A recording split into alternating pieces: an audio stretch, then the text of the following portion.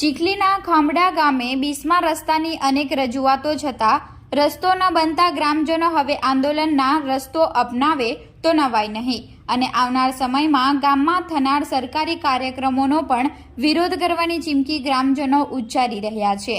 ચીખલી તાલુકાનું ખાંભડા ગામ કે જે આદિવાસી વસ્તી ધરાવતું ગામ છે, ત્યારે ચીખલી ખુડવેલ માર્ગ ઉપર આવેલ ખાંભડા ત્રીજા માઇલથી સાદડવેલ જતો માર્ગ જે અંદાજિત 4 કિલોમીટર જેટલો છે અને ખાંભડા ત્રીજાને જોડતા રસ્તાથી પટેલ ફળિયા લાઇબ્રેરી જતો માર્ગ જે 1.5 કિલોમીટર જેટલો છે।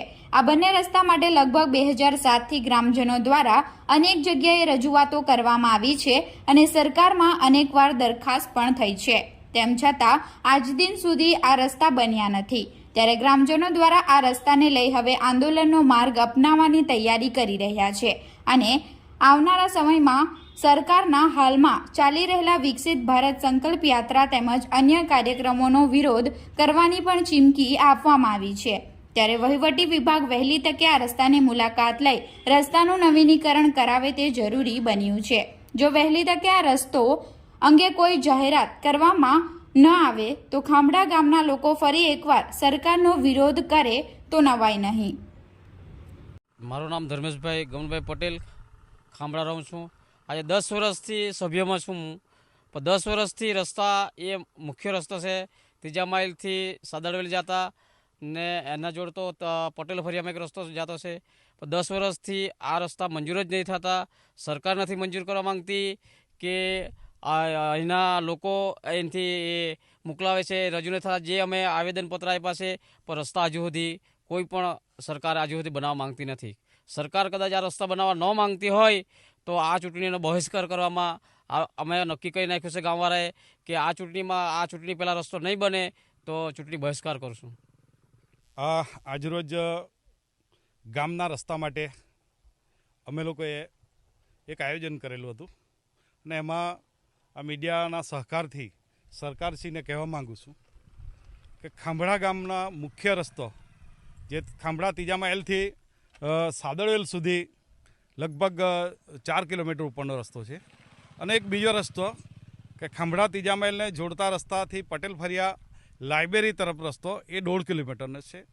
લગભગ અમારી માંગણી 2007થી આ રસ્તાની છે, પણ કોણ જાણે કેમ સરકારમાં દરખાસ્ત જાય છે, સરકાર કયા કારણોસર ખાંભડા ગામના રસ્તા કાઢી નાખે છે, મંજૂર કરતા નથી। મને એવું લાગે છે કે ખાંભડા ગામ આદિવાસી છે એટલે આ રસ્તાઓને પ્રાધાન્ય આપતું નથી।